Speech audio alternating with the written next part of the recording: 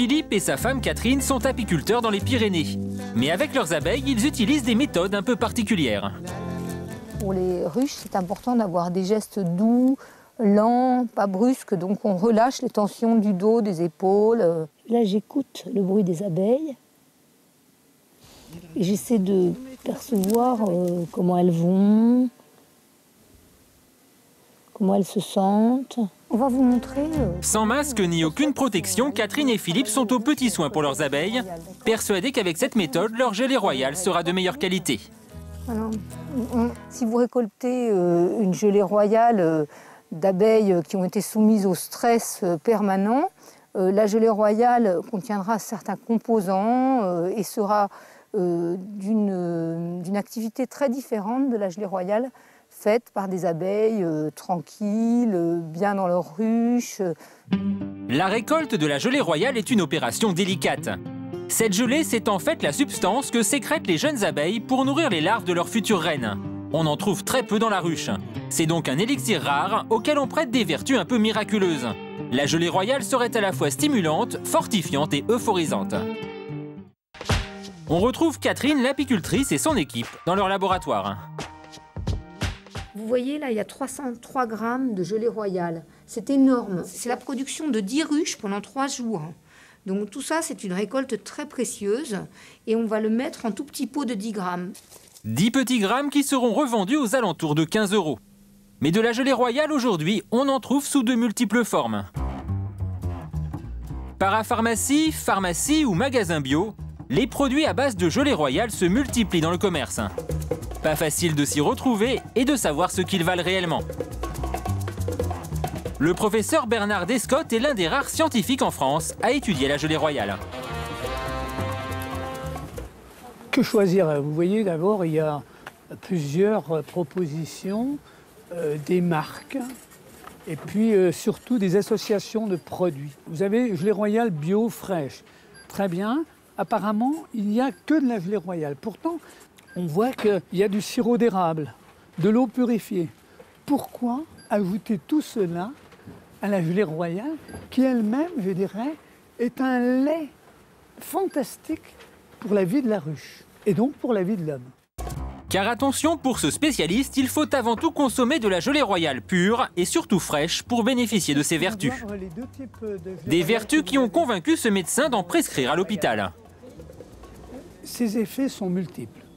D'abord, je dirais, c'est un coup de force, un coup de poing tonifiant pour la santé. Un effet tonifiant qui peut notamment aider certains malades en état de grande fatigue.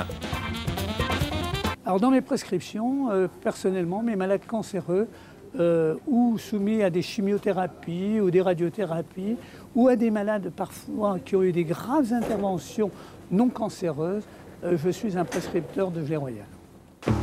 Mais pas besoin d'être malade pour profiter des effets de cette gelée. À Cauterets, Daniel s'en sert quotidiennement pour rester en forme. Donc ça, c'est de la gelée royale Pura. Voilà. C'est-à-dire? Donc c'est une substance qui est faite par les abeilles, qui est un très très bon fortifiant.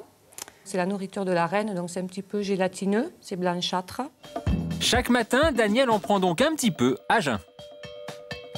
Voilà, et on prend voilà, à peu près la valeur d'une petite dosette comme ça. Daniel a converti toute sa famille à ce rituel du matin. Mais pour son fils, Guillaume, la gelée est mélangée au miel.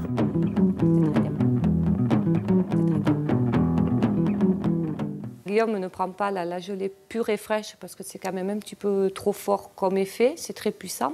Puis c'est un petit goût un petit peu acide, donc voilà, c'est un petit peu difficile à avaler. Dans son village, Daniel tient un magasin entièrement dédié aux produits de la ruche. Elle ne doute pas des bienfaits de la gelée royale et tente de faire chaque jour de nouveaux adeptes. Donc en fait, la gelée royale, c'est plutôt un produit qu'on prend en prévention. Donc ça évite aussi les rhumes, voilà, un petit peu tout. Voilà, avant de tomber malade. 30 € le pot de 25 grammes, un prix élevé qui ne rebute pas les clients attirés par la réputation du produit. D'autant que la gelée royale a des utilisations assez étonnantes. Cali est une spécialiste des recettes maison. La gelée royale est un de ses ingrédients fétiches, elle en met partout, même dans la vinaigrette de sa salade. Lui manque l'ingrédient clé, c'est-à-dire la gelée royale, que je vais donc incorporer à l'intérieur de l'assaisonnement. 2 cuillerées d'huile d'olive et une dose de gelée royale. Un tour de moulin à poivre, le déjeuner est prêt, on a une salade tonifiante pour assurer tout le reste de la journée. Mais la gelée royale, Khalil l'utilise aussi de manière encore plus inattendue.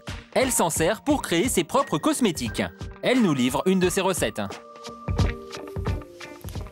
Je vais donc faire une recette de soins pour les lèvres. Donc ça va être un brillant à base de gelée royale. Dans un premier temps, la cire d'abeille.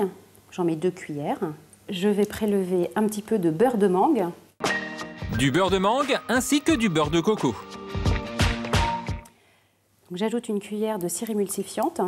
Donc maintenant, je vais placer mon récipient au bain-marie pour que l'ensemble fonde. Après quelques minutes, la préparation est presque prête. Ne manque plus que l'ingrédient principal. La préparation est maintenant complètement fondue et homogène, donc je vais incorporer la gelée royale. Je mets donc une cuillère. J'utilise la petite cuillère doseuse bien bombée pour avoir à peu près 1 gramme.